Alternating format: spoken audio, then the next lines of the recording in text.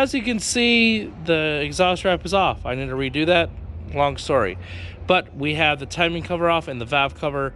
Let me tell you how to do that. Okay, here we go. We have the timing cover off and the valve cover off. Now, the way you technically have to take all this off, as you'll see in the little time lapse and little clips, you need to take off your belt, alternator, the pulley, crank pulley. Like, you gotta get most of that stuff cleared except for the water pump can stay. You take off the valve cover and you take off the oil pan bolts. Take the oil pan off, and then oil pan off first, and then the. Besides taking off your crank pulley, your alternator, the rear pulley here, the valve cover, like once you have all that stuff removed, then you take off the oil pan to make sure you drain all your oil. And then once you have all the bolts out, go ahead and take the valve cover off. As you can see, there's quite a few bolts. The two right here are actually for the pulley, but the rest of this you all have to take off. Basically, that tensioner sits on the back side of this timing guide. Let me show you something. So the tensioner sits on the back of this, and it keeps the chain, well, under tension with this guide. If the tensioner fails, this chain will just have too much slack in it everywhere. So this guide and tensioner is what kind of keeps everything together. But yes, as you can see here, the yellow tooth mark is not lined up with the little line on the cam gear there. It is also not lined up with the line on this one. And then down here, it's also not lined up. So we need to get this all lined up now. All right, so make sure you get off both tensioners. You get your chain off, get everything taken off, and then you can start adjusting the timing. Now, as I've stated before, on each camshaft, there are markings. You can see one there, I think there's one on this side, isn't there? Yeah, a dot right there in the line. So lots of markings you need to keep track of. Basically get everything lined up, and I'll show you a diagram, but once you get it all lined up, it's time to reassemble. Okay, here we go. So we're on the bottom of the timing, and this is broken, so we have to go to AutoZone to special order this. It's like $4 and change. It's supposed to look like this, but this is the oil pump tensioner or guide. So we have our timing mark lined up here, and then behind the cam gear chain, there's two cogs here.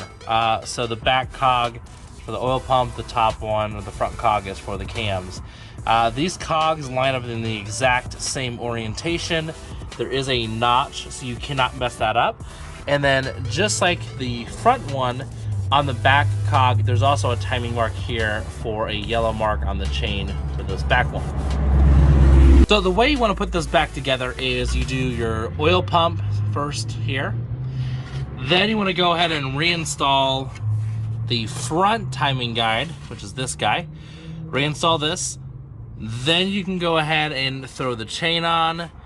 And then once you have the chain on, the cams and all that's lined up, go ahead and slide the back timing guide on, and then make sure everything's still lined up. So the tricky part is gonna be when you are trying to get this all lined up, you have to understand that the cams are under a little bit of pressure from the valve springs.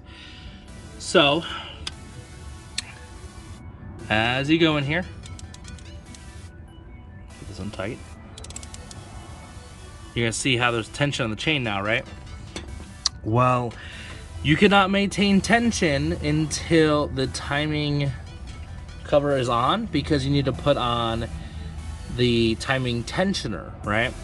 So what you want to do is make sure that everything is lined up and everything's marked correctly, so when you put that timing chain tensioner on, it keeps it locked in like this. Now let me show you something.